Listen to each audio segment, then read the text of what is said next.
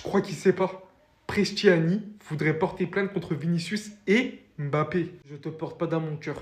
Mais tu sais dans quoi tu t'aventures? Non, parce que certains pensent qu'on rigole. Vous allez me demander pourquoi je vous montre Mastantuono. Vous allez vite comprendre. L'Argentine s'inquiétant du manque de jeu récent de Franco Mastantuono, surtout à l'approche de la finalissima et de la Coupe du Monde. Il n'a joué que 13 minutes lors des 4 derniers matchs. La seule fois où il a mis les pieds sur le terrain récemment, c'était contre Valence où Mastantuono avait le ballon en jeu avec Mbappé juste à côté de lui, mais a décidé de tirer alors que Mbappé lui avait dit de lui donner le ballon. Agacé, celui-ci lui avait dit passe-moi le ballon, donne-le-moi. 3 matchs se sont écoulés depuis cet incident. Mastantuono n'a pas joué une seule minute. Aujourd'hui, Mastantuono est privé de minutes de jeu au Real Madrid pour ça. Est-ce que toi, tu sais à quoi tu t'aventures? Tu connais les avocats de Kylian Mbappé? La dernière personne qui a voulu répondre à son attaque judiciaire va demander à Nasser, va demander à tous les Qataris. Ils ont fini par poster sur leur site le nom de Mbappé en grand, tellement il en aura fait voir de toutes les couleurs. Non, je crois en fait, tu sais pas à qui tu t'en prends. On te porte pas dans notre cœur. Mais vraiment, renseigne-toi un petit peu.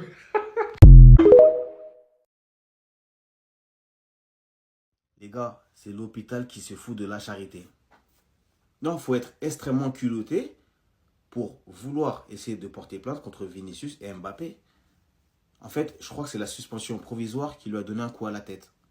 Donc le mec, on l'a très bien vu à la télé, on voit très bien les images, il se met comme ça, il commence à dire des trucs un peu discriminatoires, et après, il vient faire la victime, il veut porter plainte.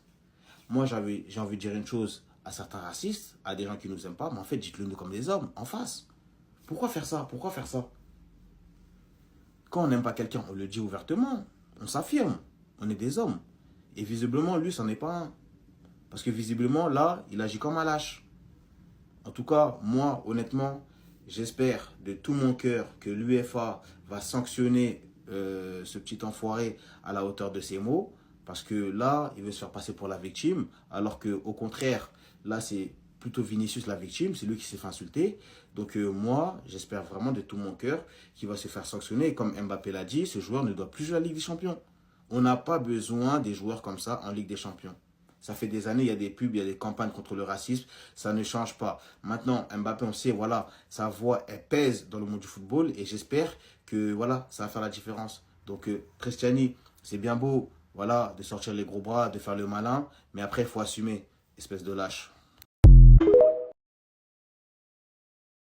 Prestiani, je crois que tu t'es pas bien renseigné, hein. Gianluca Prestiani voudrait porter plainte contre Vinicius et Mbappé. Est-ce que tu connais c'est qui lui? Est-ce que tu connais c'est qui Mbappé? T'as vu les déclarations qu'il a fait là, les jours des cette polémique là et tout là? Quand il commence à dire ces heures de joueurs, il mérite pas de jouer dans des grandes compétitions comme ça là. Toi tu crois c'est quoi en fait? Tu crois il rigole? Non, il rigole pas. Tu peux pas porter plainte contre lui en fait. Mon gars, laisse ça faire. Laisse-les. T'avais juste pas à faire ton merde, en fait. La merde que t'as fait, t'avais juste pas à le faire. Voilà. Moi, je suis pas fan de Madrilène, je suis pas fan de Vinicius. Mais t'as pas à lui faire ça. On est dans le football. C'est bon, réveillez-nous, réveillez-vous. Maintenant, bordel, c'est pourquoi vous vous ramenez des trucs pareils, en fait? Tu crois, on est où, en Argentine ou quoi? Heureusement, on n'est pas en Amérique du Sud. On n'est pas en Argentine encore. Et toi, tu jettes de porter plainte contre lui, en fait. Les mecs qui est là à insulter les arbitres. Il dit ce qu'il a à dire sur les arbitres, c'est pas sur les présidents, sur les joueurs, ses coéquipiers, qui dit, mais, bref, pour moi, c'est pas une bonne idée, hein. C'est pas du tout une idée pour toi, pour aller porter plainte contre Vinicius et Mbappé. Encore Vinicius, d'accord. Peut-être tu vas t'en sortir, tu vas réussir ce que tu veux. Mais Mbappé, wesh. Est-ce que tu sais de qui tu parles? Est-ce que tu sais de qui tu voulais porter plainte contre lui, en fait? Mettez-le son nom en commentaire, les gars.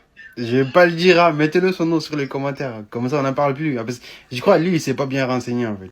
Prestani, il s'est pas bien renseigné. Il s'est pas bien renseigné avec qui il s'est coincé, en fait. Non. Il lui faut encore un peu plus des infos, là. Les gars, c'est vraiment le monde à l'envers. Regardez la dinguerie qu'on apprend aujourd'hui. Donc, Prestiani, on se souvient mardi dernier, il a insulté bien sûr Vini Junior.